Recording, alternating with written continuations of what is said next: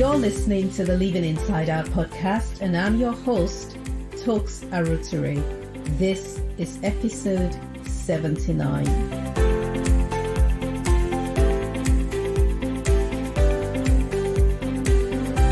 Welcome to the Living Inside Out podcast, where we believe the mind is the engine room of your life. Episode 79 is Get Unstuck. How to expose the beliefs that are holding you back. It is wonderful to be back. Good morning, good afternoon, good evening, middle of the night. Whatever time you're listening, I greet you. Thank you for joining me on today's episode. And if it is your first time listening, welcome. I am certain that you'd like it here. And how come I'm certain? Well, because you're here. Well, this podcast, we talk about entrepreneurship, faith, and mindset. And I'm pretty sure that you are passionate about one or all three of those, or you have at least some interest, or you want to take an interest in any of those areas. So please subscribe and share and leave me a comment once you're done listening. The reason I ask for comments and sharing and subscribing and all of that stuff is not for my ego. It's really because the listenership grows when you comment or you recommend it to someone else to listen. It really does grow, and I do want it to grow. I want to have more people joining in and listening, and we can have more healthy conversations about being ourselves, embracing our uniqueness, and unearthing limiting beliefs, which is what this particular episode is about. And if you're back again, and again can mean your 79th or your second time or your 40th time, thank you. I'm grateful. Your listening means a lot. Your thoughts and your comments help to shape the content as well. So you can please email me at pa@tokesarutere.com or head to my website where you can click on a cute little record button and leave me a voicemail. You know, I have a supplier who uses voicemail, not the kind of voicemail like this is BT Callminder or whatever it is that we have on our mobile phones. Welcome to T-Mobile. Is T-Mobile? We don't have T-Mobile in the UK anymore. They're now EE. Welcome to EE. This is Stokes or whatever. But I believe that this guy has a real voice message recorder on his landline. You know, the type that you had to rewind and erase when you were done. I don't have any evidence of this, but I seriously suspect it. Maybe wrong, but it just sounds like it. I haven't had a landline at home for probably about 3 years now, maybe even longer.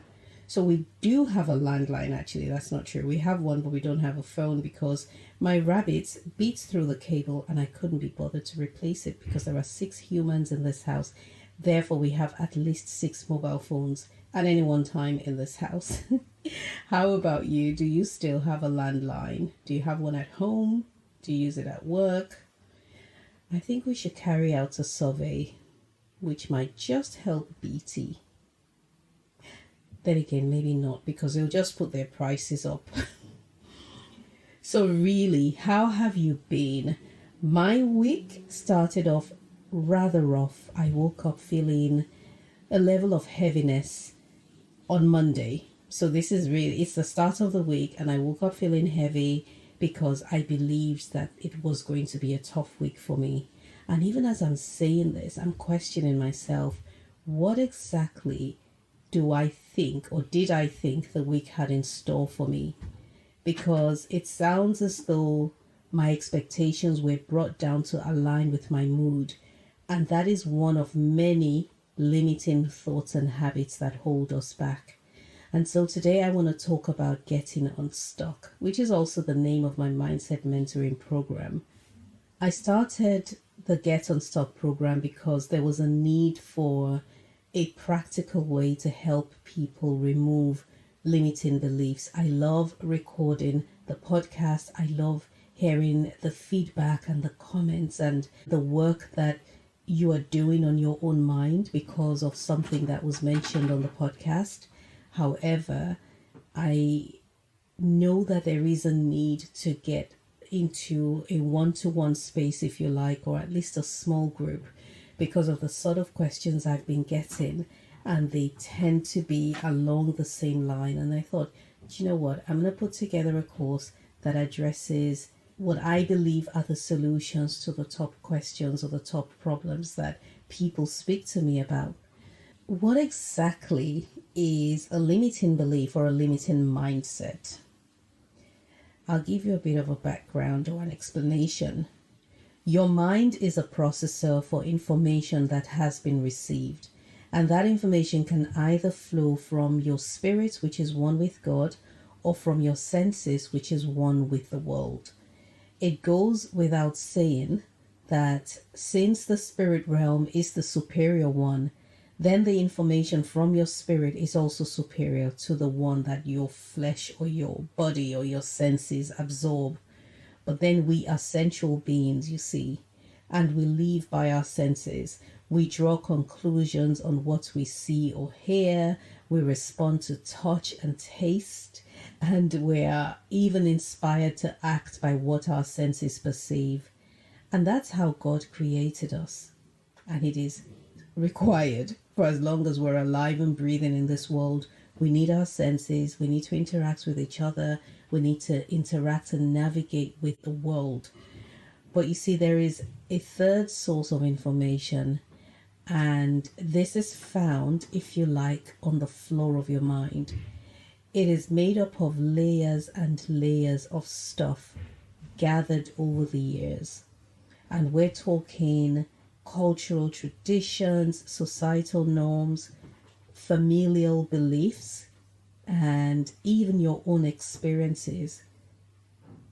The reason as kids we learn not to touch a hot stove is because the experience of either being burned or being yelled at by our parent for touching it or almost touching it sits on the floor of our mind. By the time it happens once, maybe even twice maximum, it becomes a belief that hot things burn us, or at least the hot stove burns us. And so when we hear things repeatedly or we experience things repeatedly, it calcifies and then becomes a mindset.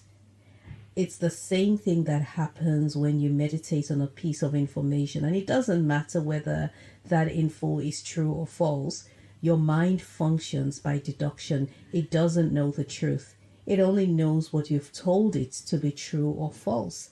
And it works by opinions and viewpoints, and all of that is shaped in part by your personality, but more likely by your environment and how you grew up.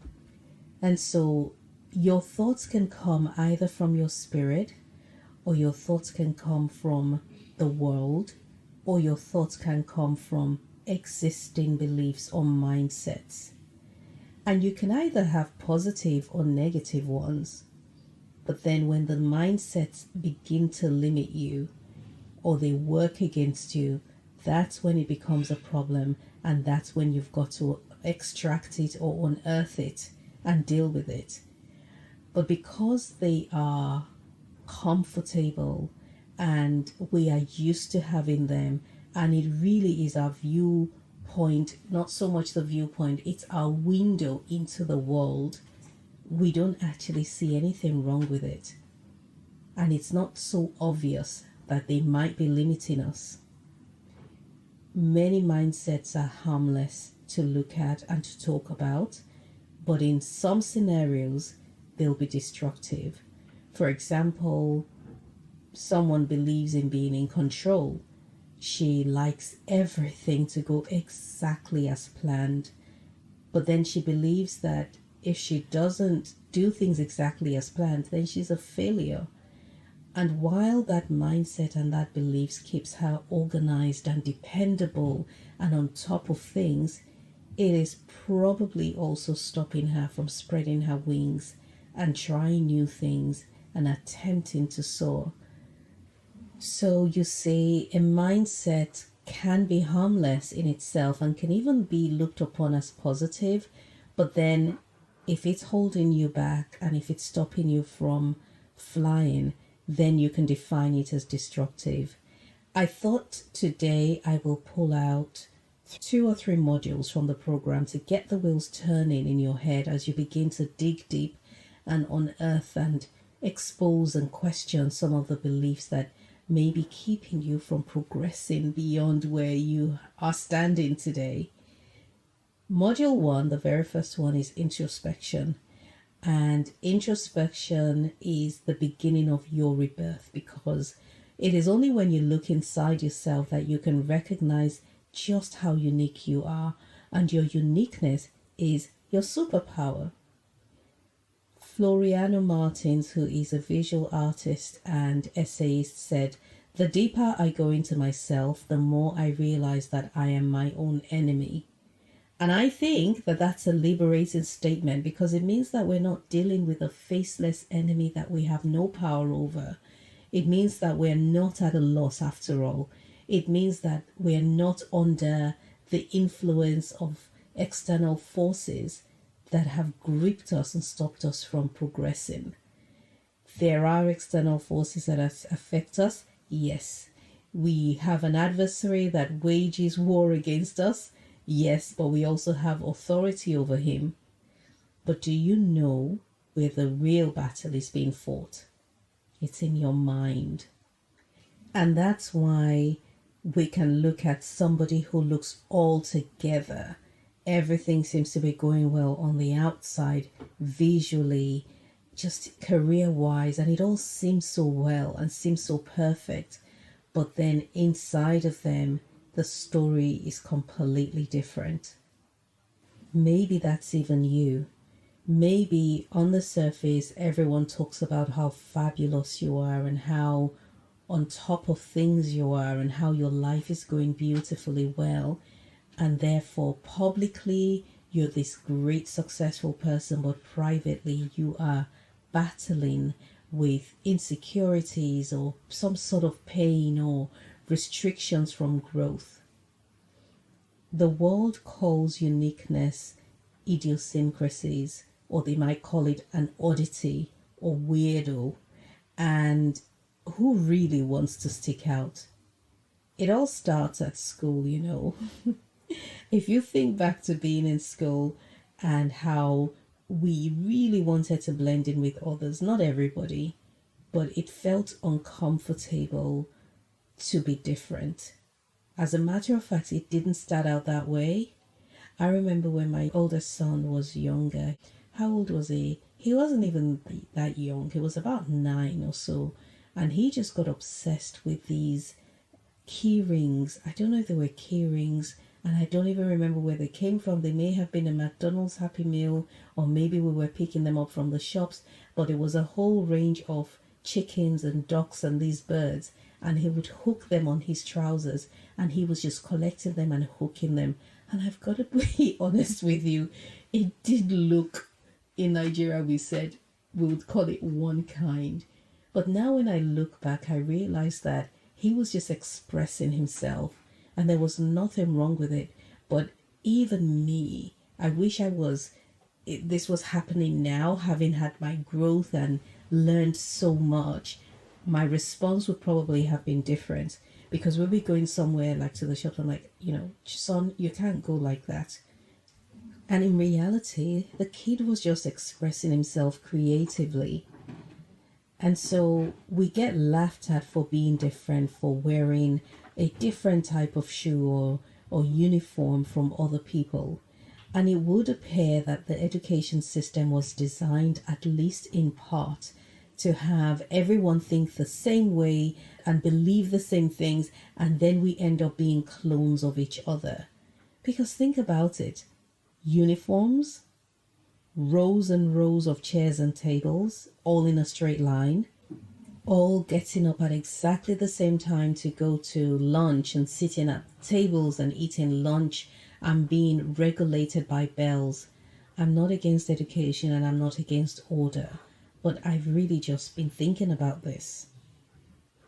Everyone learns differently, but the teachers only teach one way, and then you're forced to conform.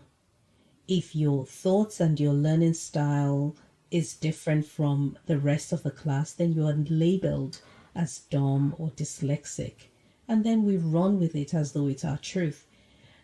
And when you become older, you start to see, I'll use women for example, because we're the ones who are into the whole shopping thing. People are competing to have this particular bag, and half of these bags are so ugly anyway, but then people are desperate because they have the label of a particular designer on it. And then all of a sudden, we all want that particular bag or that design because it's the latest trend. And it just seems like we are in some sort of factory where our thoughts and our identity and our uniqueness is being stripped away. And of course, the root of all evil is money. It's the love of money, isn't it? Not money. It's the love of money. So the world system encourages uniformity and alignment of thoughts. And then we grow up to spend our adult life searching for ourselves. Do you want to find yourself? Look inside you. You've been there all along, covered in layers of stuff maybe, but you are there. So here are some practical ways to unearth the layers. Number 1, create a time and space for you. No television, no little or large human beings, no phone unless you're using it to journal or read or research, and give that time to yourself. What that does is that it lifts you up in your own eyes, and it tells you that you are worthy of that time, because we give our time to everything else, don't we? We give our time to work, we give our time to our businesses, we give our time to our families, we give our time away to everyone except to us. And there's been times where I've sat with myself just to be, and then I feel like I'm wasting time. Why would I consider spending such a precious commodity on myself as wastage? But then I want to give the same thing to someone else. Time is the most precious commodity because it is limited. It's fixed for all of us. We don't know how long we're here on earth for, but none of us is going to be here forever. And it's also fixed in a 24-hour cycle. There's only so much you can do. But then if you cannot give yourself an empty block of time, the most valuable thing, then you cannot even consider yourself worthy of growing beyond where you stand. My second tip is journaling. I should call that my 100th tip because I have mentioned it 100 times, I'm sure, on here. If you're new to journaling or you don't even know where to start, then use prompts. A prompt is a question or a statement or a suggestion that gets you thinking. For example, what is one thing that was dominant in your thought throughout the week? That's a really good one. Or another one is, what thoughts did I have just before I felt certain emotions? We do this exercise on the program as well, where we talk about thoughts and emotions and actions and results and environment, and how it's all connected and how it creates the life that you have today. And so your thoughts, in a nutshell, your thoughts are, we've already talked about that, they come from one of three places, but then your thoughts spark off your emotions, and your emotions drive your actions, and your actions create results, and your results create your environment, which is the space in which your thoughts are birthed from. And so one thing that we do is to be more aware of the thoughts that you're thinking throughout the day. And since we have 120,000 thoughts a day, it is impossible to watch every single thought, okay? Because so many of them are going to fly by, you're not going to notice it, which is actually a good thing in most cases, because there's so many thoughts we have that are distracting or destructive. or simply a repetition of something else that happened earlier in the day. However, you can monitor the thoughts that are having an effect on you by watching your emotions. When you have a conversation with someone and they irritate you, or you're in a scenario that made you anxious, stop and look back to see what thought you had just before the emotion showed up. And then that helps to show you your thought patterns. And when you step back to do this, especially when you're being introspective, you may find that you're having associated thoughts to situations that are not necessarily responsible for the way that you're feeling. My third tip is to ask 5 of your nearest and dearest to tell you what they think your strengths are, not your weaknesses, because we have enough, thank you very much, but our strengths. Just ask what they think you're really good at. What 5 words come to mind when they think about you?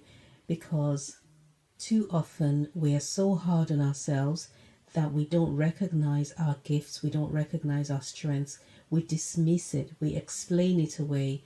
And when people start to talk to you about who you are in a positive light, it's an introduction to who you really are. I had my birthday a few weeks ago, and my friends organized a surprise birthday dinner for me. And my friends, a few of them gave some speeches, and we're talking friends I've known for 30 plus years, and they're giving me these, talking to me, and I'm like, are you sure?